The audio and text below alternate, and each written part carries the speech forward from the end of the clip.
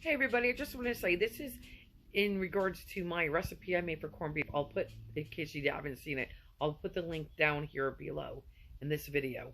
But I just want to say, because I mentioned 3 methods of cooking other than boiling you could do. If you do it in the oven, do it about 300 degrees for about 3 to 4 hours. Use my same recipe, you know, the water, the beer, the vinegar, the onion, the bay leaf, you know, etc. So the recipe is the same no matter what cooking method you use. You can also do it in a slow cooker. If you do for about 8 hours, you could put your potatoes and carrots in at the very start, which would make a very soft vegetable. And then for the last half hour to hour, you would add your cabbage.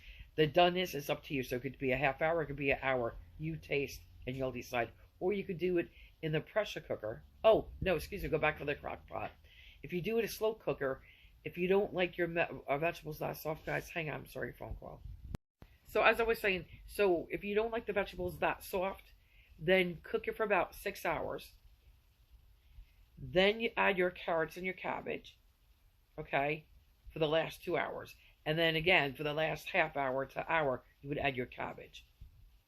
You could do it a little sooner. You could do it 3 hours, but a good rule of thumb, 2 hours is fine too. And the last method is your pressure cooker. If you're going to do it in a pressure cooker, you need at least 2 cups of liquid. Again, the beer, the red wine vinegar, a water. Most of it's going to be water with a good chunk of beer in there and a little bit of the vinegar. You'll do it in there. You'll put it on high. You'll cook it on high for about an hour and a half. When it's done, take the meat out.